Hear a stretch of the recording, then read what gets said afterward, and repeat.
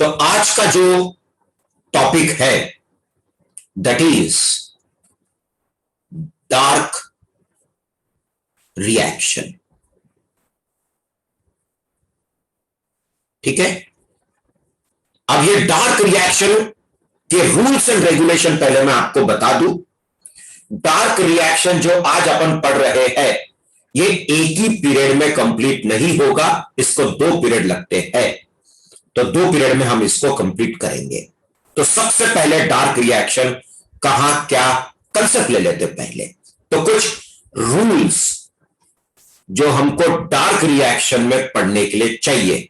सबसे पहले, चाहे वो डार्क रिएक्शन हो चाहे वो लाइट रिएक्शन क्यों ना हो, ये होता है क्लोरोप्लास्ट के अंदर। और क्लोरोप्लास्ट में 2 मेन चीजें मैंने आपको बताया था। एक होता है थाइलाकॉइड और दूसरा होता है स्ट्रोमा। ये हो गया स्ट्रोमा और ये हो गया थाइलाकॉइड। अगर अब नीट है करके ये भी बता दो, मैट्रिक्स वर्ड भी यूज किया तो कोई गलत नहीं है। ठीक, अब फोटोसिंथेटिक रिएक्शन क्या है? Carbon dioxide combines with water to form glucose C6H12O6 plus O2। ये मैं डार्क रिएक्शन के लिए पहले कुछ बेसिक पॉइंट्स दे रहा हूं, फिर हम शुरू करेंगे ना, ठीक है। लेकिन मैंने आपको क्या साबित किया था? कार्बन डाइऑक्साइड वाटर के साथ कभी कंबाइन नहीं होता है। 2 अलग अलग रिएक्शन है। सबसे पहले वाटर स्प्लिट होगा, हाइड्रोजन एंड ऑक्सीजन बनेगा और यही वो ऑक्सीजन है जो बॉडी के बाहर निकला। और इसको अपन ने पढ़े थे फोटोलाइसिस ऑफ वाटर। और ये फोटोलाइसिस ऑफ वाटर थाइलाकॉइड के अंदर होता है।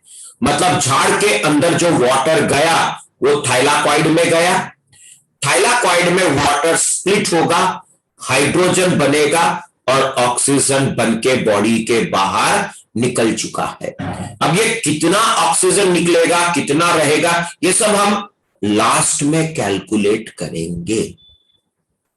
अब वाटर स्प्लिट हुआ, हाइड्रोजन बना, ऑक्सीजन निकल चुका है, ठीक है। लेकिन यहां पे हमने थाइलाकॉइड के अंदर लाइट रिएक्शन पढ़े थे और मैंने आपको बताया था लाइट रिएक्शन में 3 प्रोडक्ट्स, एक पढ़ाया था मैंने एटीपी, दूसरा पढ़ाया था मैंने आपको NADPH2 बनता है और हाइड्रोजन प्रोटॉन बचता है। और ये 3 प्रोडक्ट बनाने के लिए 2 रिएक्शन पढ़े थे। एक हमने पढ़ा था साइक्लिक रिएक्शन और दूसरा हमने पढ़ा था नॉन साइक्लिक रिएक्शन। तो साइक्लिक रिएक्शन और non cyclic reaction, photophosphorylation, cyclic photophosphorylation, दूसरा नॉन साइक्लिक फोटोफॉस्फोराइलेशन। इन 2 रिएक्शन की वजह से 3 प्रोडक्ट बनते हैं। लेकिन आपको मैंने साबित किया था 2 प्रोडक्ट बनते हैं और एक प्रोडक्ट बचता है, ठीक। तो photolysis of water light reaction के दौरान होना है और 3 प्रोडक्ट बनना है। फिर अपन ने पढ़े थे ये 3 प्रोडक्ट डार्क रिएक्शन के लिए स्ट्रोमा में आएंगे। मतलब स्ट्रोमा में एटीपी आएगा, NADPH2 आएगा, हाइड्रोजन प्रोटॉन आएंगे और बाहर से कार्बन डाइऑक्साइड आएगा। मतलब स्ट्रोमा में जो डार्क रिएक्शन होगी, एग्रीड, स्ट्रोमा में जो डार्क रिएक्शन होगा, इस डार्क रिएक्शन में 4 चीजों का इस्तेमाल होगा। कौन कौन सा? एक एटीपी जो लाइट रिएक्शन से आएगा, NADPH2 जो लाइट रिएक्शन से आएगा, हाइड्रोजन प्रोटॉन जो लाइट रिएक्शन से आएगा और कार्बन डाइऑक्साइड जो एटमॉस्फेयर से आएगा। इन 4 चीजों का यूज होके, ध्यान रखो, ये चार चीजों का डार्क रिएक्शन में यूज होगा और दो प्रोडक्ट बनेगा। एक बनेगा main product, that is glucose C6H12O6, और दूसरा प्रोडक्ट बनेगा NADP++। और ये याद करो, मैंने NADP++ बोला था डार्क रिएक्शन में बनेगा और ये जाएगा थाइलाकॉइड में, और NADP++ का यूज होके NADPH2 बनेगा। और मैंने ये साबित किया था कि dark reaction, sorry light reaction NADP++ use करेगा जो डार्क रिएक्शन में बनता है। This means light reaction is dependent upon dark reaction. वो बात अलग है कि एक ही प्रोडक्ट के लिए जिम्मेदार है, मतलब डिपेंड करता है। दूसरा, डार्क रिएक्शन लाइट रिएक्शन के बिना पॉसिबल ही नहीं है। क्यों? क्योंकि डार्क रिएक्शन में ये जो तीन चीजें यूज होती है, ATP, NADPH2 और हाइड्रोजन प्रोटॉन, ये कहां बनता है? लाइट रिएक्शन में। This means light reaction is dependent upon dark reaction and dark reaction is dependent upon light reaction. कौन कितना डिपेंड है उसकी बात नहीं किया मैंने। लाइट रिएक्शन डार्क रिएक्शन पे एक प्रोडक्ट के लिए डिपेंड करता है, लेकिन डार्क रिएक्शन लाइट रिएक्शन पे तीन प्रोडक्ट के ऊपर डिपेंड करता है। कितना डिपेंड करता है, कितने प्रोडक्ट पे डिपेंड करता है, इससे हमको कोई संबंध नहीं है। डिपेंड करता है, ये इंपॉर्टेंट है। So light reaction and dark reaction are interdependent. Rather, light reaction and dark reaction are interdependent. बन गया ना प्रोडक्ट, दो प्रोडक्ट बन गया। तो अभी इतना ध्यान में रखना, दो पीरियड में, आज और कल, जब मैं डार्क रिएक्शन आपको पढ़ाऊंगा, इस डार्क रिएक्शन में एक रिएक्शन का नाम मैंने अभी तक दिया नहीं, जैसा मैंने साइक्लिक नॉन साइक्लिक में टॉपिक का नाम लिखा था कि ऊपर में नहीं। जब पूरा रिएक्शन पढ़ाया बाद में टॉपिक क्रिएट हुआ, वैसे डार्क रिएक्शन में अभी मैं टॉपिक नहीं लिखता, पहले पूरा पढ़ाऊंगा फिर ऑटोमेटिकली टॉपिक आपके लिए क्रिएट करूंगा। सो डार्क रिएक्शन पढ़ाते समय ध्यान रखो कि चार चीजों का यूज होगा, चार चीजों का यूज होगा। कौन कौन सा? ATP आज मैं यूज करके बताऊंगा। दूसरा NADPH2 का यूज होगा। तीसरा हाइड्रोजन प्रोटॉन का यूज होगा। और फॉर्म होगा, कितने प्रोडक्ट फॉर्म होंगे? दो। एक होगा पहले पहले पहले क्या बनेगा, वहां से शुरू करते। पहले बनेगा NADP++ और बाद में बनेगा C6H12O6। ध्यान रखना, जब मैं दो पीरियड आज और कल जो पढ़ाऊंगा, उसमें आपका पूरा फोकस स्क्रीन पे ये होना चाहिए कि सर हमको पढ़ा रहे हैं और सर हमसे पढ़ाते समय स्क्रीन पे तीन चीजों प्लस प्लस, मैंने एक चीज लिखा नहीं, प्लस कार्बन डाइऑक्साइड, चार चीजों का इस्तेमाल करेंगे। तीन चीजें कहां से यूज करेंगे? लाइट रिएक्शन से, और एक कहां से यूज करेंगे? एटमॉस्फेयर से। बट पूरा ध्यान स्क्रीन पे रखना आज और कल कि सर हमको जब रिएक्शन पढ़ाएंगे तो ये चार चीजों का इस्तेमाल करेंगे और दो चीजें बनाएंगे। एक पहले बनाएंगे NADP++ और बाद में बनाएंगे C6H12O6। मैं अभी शुरू कर रहा हूं, इसमें से ATP का यूज कर लूंगा मैं आज, अभी यूज करता ना मैं भी तुम्हारे सामने। ये एक पहला हो गया। दूसरा रूल हमको क्या ध्यान रखना है? दूसरा रूल हमको ध्यान रखना है कि डार्क रिएक्शन में ये भी एक साइक्लिक रिएक्शन है, और साइक्लिक रिएक्शन में अभी मैंने आपको क्या पढ़ा चुका हूं, जहां से हमने शुरू किया घूम फिर के अगर वापस वही आएंगे तो it is an cyclic reaction. दूसरा, हमने चेन ऑफ केमिकल पढ़े थे लाइट रिएक्शन में। चेन ऑफ केमिकल क्या पढ़े थे अपन ने? सबसे पहले क्लोरोफिल ए, बाद में एफआरएस, बाद में एफडी, बाद में साइटोक्रोम B6, बराबर। फिर क्या पढ़े थे हमने? Cytochrome F. फिर क्या पढ़े थे? प्लास्टोसैनिन। फिर वापस क्या पढ़े थे? आयोनाइज्ड क्लोरोफिल ए और क्लोरोफिल ए। तो चेन ऑफ केमिकल पढ़े थे। Same chain of chemical, same chain of chemical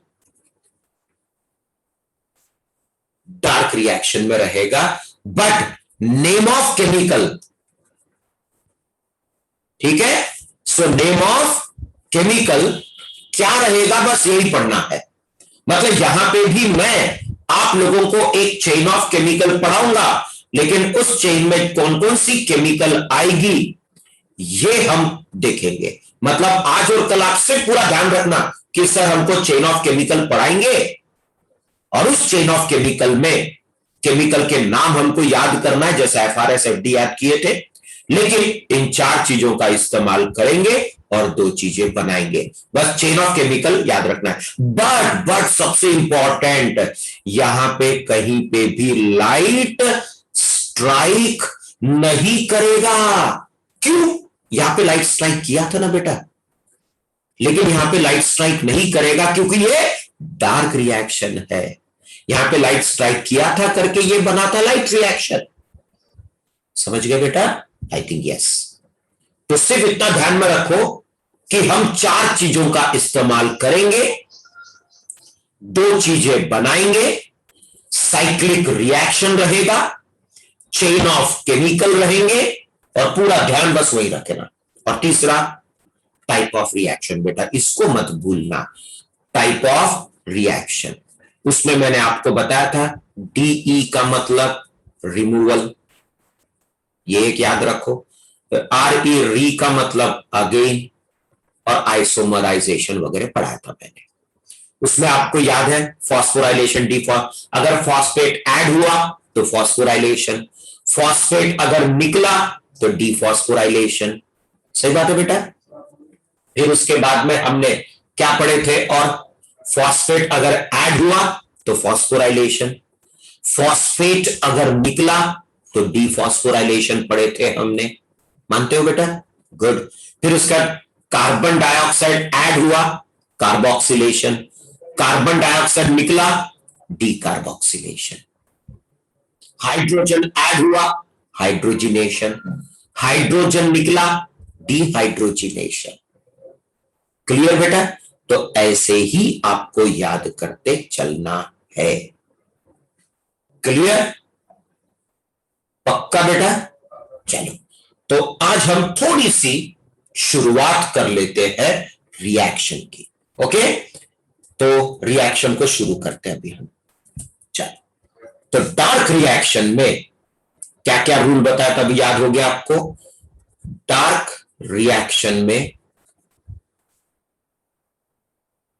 हमारे पास अभी चेन ऑफ केमिकल आएगा। चलो चेन की शुरुआत कर देते हैं हम। ओके, तो चेन ऑफ केमिकल में सब ध्यान रखना सर बेटा, 4 चीजों का इस्तेमाल करूंगा मैं। 4 चीजों, 4 यूज करेंगे हम। कौन कौन सा? ATP, NADPH2 and hydrogen proton. उसमें से आज के पीरियड में अपन एटीपी यूज करेंगे, और रिएक्शन की शुरुआत कर रहा हूं। आज कंप्लीट नहीं होगा बेटा, कल कंप्लीट करूंगा मैं। बट ध्यान रखना बेटा, आज जो मैं पीरियड पढ़ा रहा हूं इस डार्क रिएक्शन को एग्जैक्टली उल्टा करो तो ये रेस्पिरेशन का एक जंबो रिएक्शन ऑटोमेटिकली क्लियर होगा, मुझे पढ़ाने की भी जरूरत नहीं है। चलो, तो इस डार्क रिएक्शन में सबसे पहला कंपाउंड जो यूज होता है वो है राइबुलोस डाइफॉस्फेट। क्या नाम है बेटा? राइबुलोस डाइफॉस्फेट। और ध्यान रखो, मैं पूरा के पूरा ये जो चेन ऑफ केमिकल है, ये चेन ऑफ केमिकल में जो भी केमिकल आएगा मैं उसका स्ट्रक्चरल फॉर्मूला के बेसिस पे पढ़ाऊंगा। क्यों स्ट्रक्चरल फॉर्मूला के बेसिस पे पढ़ाऊं? क्योंकि एक स्टेप ऐसा आएगा जहां पे आइसोमराइजेशन होगा, और अगर आइसोमराइजेशन होता है तो मैंने आपको बताया था कि molecular formula same but structural formula different. तो मुझे तो फिर स्ट्रक्चरल फॉर्मूला पढ़ाना ही पड़ेगा ना बेटा, और जब तक स्ट्रक्चरल फॉर्मूला नहीं पढ़ाऊंगा आपको डार्क रिएक्शन में आने वाले एमसीक्यू सॉल्व करना थोड़ा मुश्किल जाएगा। ठीक है, चलो। हाँ, लेकिन एक चीज याद रखो बेटा, बायोलॉजी में मैं केमिस्ट्री का यूज कर रहा हूं, तो आप मुझसे पूरा स्ट्रक्चरल फॉर्मूला एक्सपेक्ट मत करो। मेरे कहने का मतलब यह है कि मैं स्ट्रक्चरल फॉर्मूला उतना ही लिखूंगा जितना कंसेप्ट को समझने में जरूरत है। नहीं तो आप बोलोगे कि सर आपने जो स्ट्रक्चरल फॉर्मूला यहां पे लिखा आरयूडीपी का, वो गलत है। अरे वो गलत नहीं है बेटा, वो इनकम्प्लीट रहेगा। फिर आप बोलोगे सर आप इनकम्प्लीट क्यों बना रहे हो? मैं पूरा बना के करूं क्या बेटा? मुझे आपको सिर्फ कंसेप्ट समझाने के लिए वो स्ट्रक्चरल फॉर्मूला की जरूरत है। तो मैं बैलेंस क्यों करूं और हर चीज क्यों लिखूं? क्योंकि मुझे आरयूडीपी या चेन ऑफ केमिकल का पूरा स्ट्रक्चरल फॉर्मूला की जरूरत नहीं है। कुछ क्वेश्चंस आते हैं, उस क्वेश्चन को समझने के लिए हमको सिर्फ उतना ही जरूरत है, क्लियर, उतना ही जरूरत रहेगा जितना मैं अभी यहां पे पढ़ाऊंगा। ठीक है, मैं उस दायरे के बाहर जाऊंगा ही नहीं बेटा, ये ध्यान में रखो आप। ठीक है, कारण मैं उतना पढ़ा के बैठूंगा तो एक तो वो हमारे सिलेबस में भी नहीं है, और मैं उतना पढ़ा के करूं भी क्या।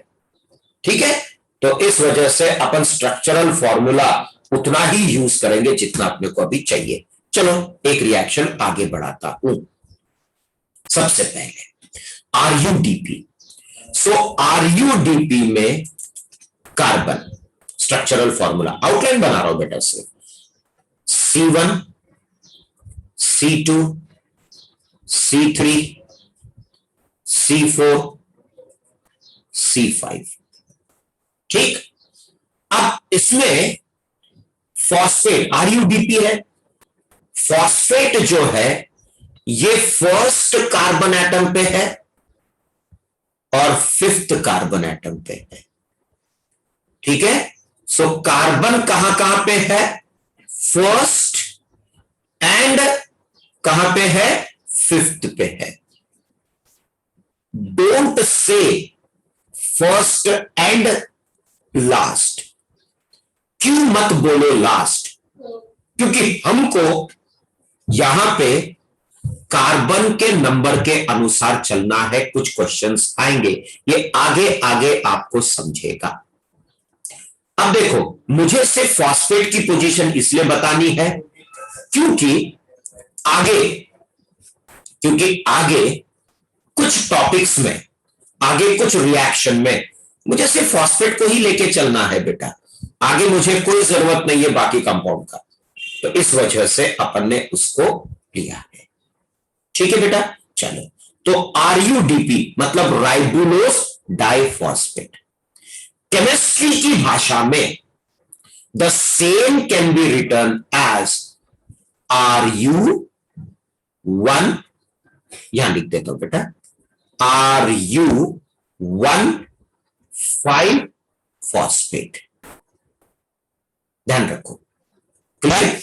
Ru15 phosphate. Ru मतलब राइबोलोस, Ru मतलब राइबोलोस। ठीक है, Ru मतलब ribulose.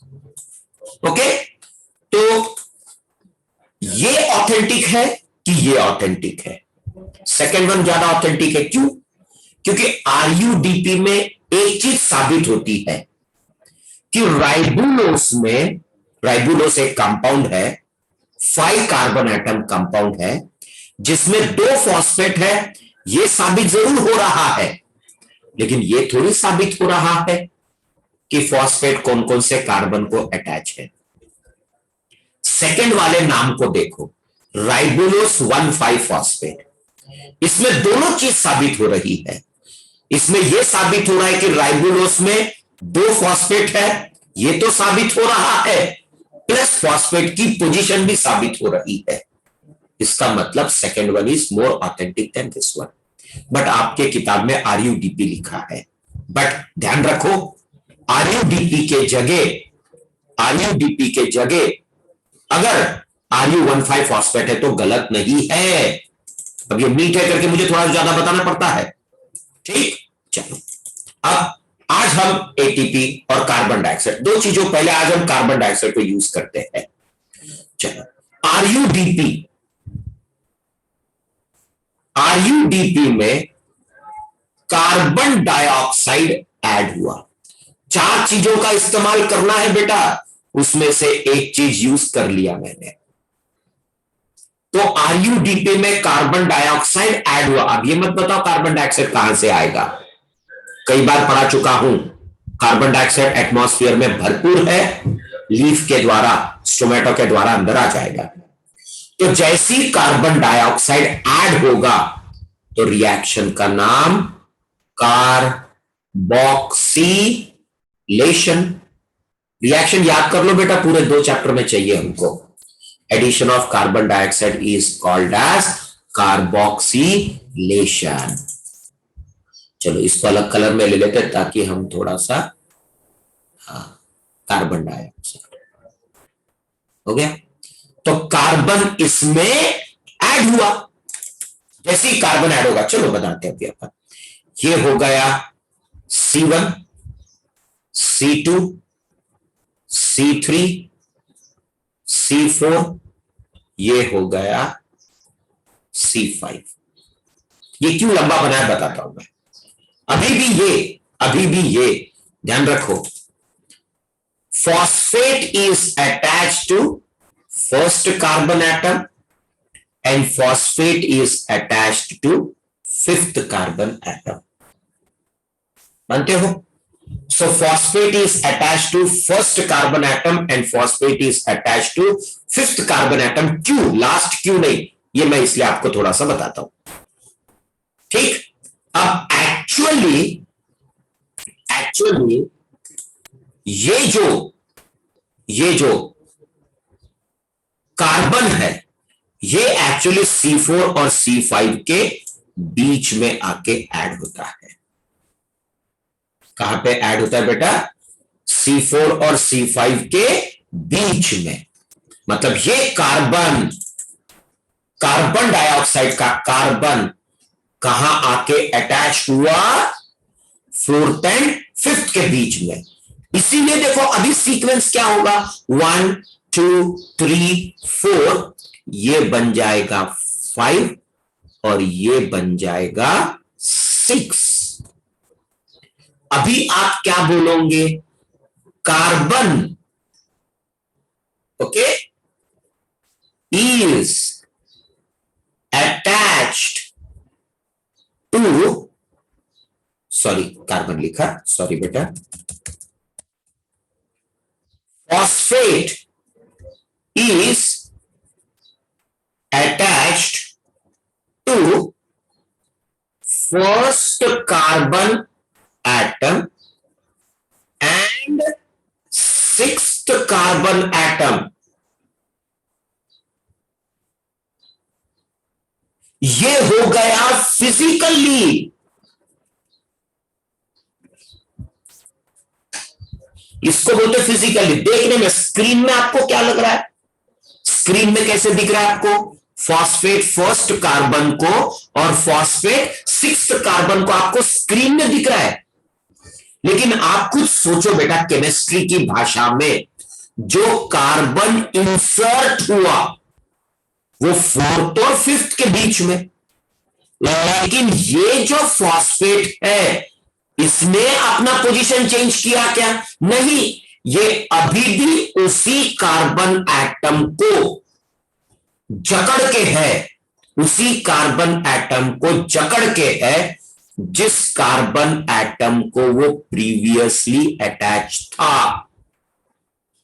Means this phosphate remains attached to same carbon atom as previously. ठीक है, मतलब जो पहले कार्बन को अटैच था अभी भी उसी कार्बन को अटैच, मतलब physically, but chemically phosphate is attached to first carbon atom and fifth carbon atom। मैंने क्या बोला? केमिकली बोला, मतलब ये फॉस्फेट अभी भी उसी कार्बन एटम को अटैच है जिस कार्बन एटम को वो अटैच्ड था। भले ही वो गिनती में आगे पीछे हो रहा है, भले वो गिनती में आगे पीछे हो रहा है, बट अभी भी वो उसी कार्बन को अटैच है जिस कार्बन एटम को वो अटैच्ड था। क्लियर बेटा? तो आज हमने कार्बन डाइऑक्साइड को यूज कर लिया। अब बचा कितना चीज यूज करना? 3 चीजें यूज करना बाकी है जो कल हम यूज करेंगे। एटीपी, NADPH2 और हाइड्रोजन प्रोटॉन, ये हम कल यूज करेंगे।